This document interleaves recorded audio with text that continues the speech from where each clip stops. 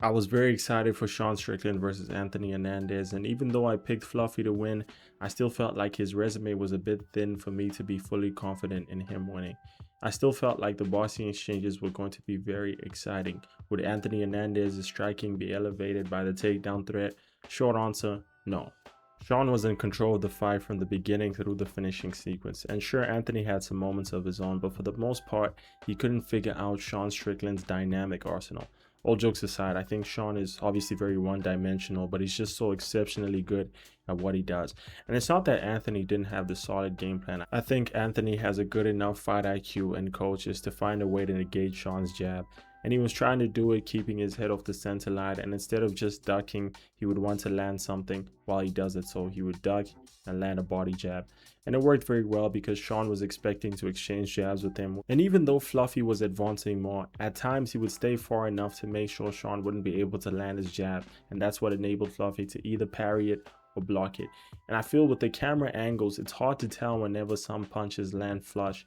And that's why I think it's very hard to score fights, especially when they're very close. The beauty of Sean's jab is that he knows how dangerous it is, so he uses this to improve the other weapons in his arsenal. I think he sets up his punches a lot better than most of the guys in the middleweight division. He was using his jab to set up his right hand. He caught Fluffy with that on multiple occasions. It's how he was able to hurt him in the first round. Sometimes he would even use his lead hook to do it, and you can tell that he knows that the lead hook probably isn't going to land, but in Anthony's attempts to evade that lead hook, he's going to have to eat the right hand, and he does this masterfully. If there's one thing I've been saying for months, and I even brought it up in the last breakdown video I made for this fight, is that Anthony Hernandez has the weakest midsection in middleweight history.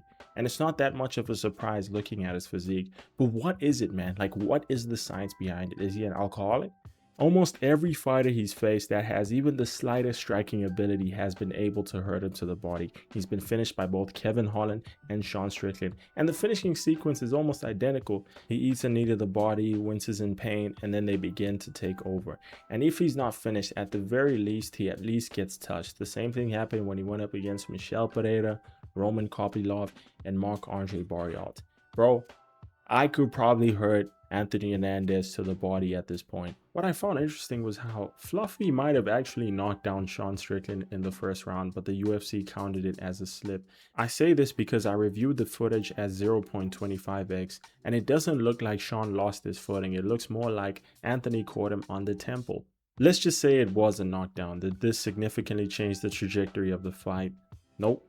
Sean did finish him at the end of the day, so I'm not really mad at it, but I still feel as though all it takes is to review the footage at 0.25x, and you might actually see that it was probably a knockdown.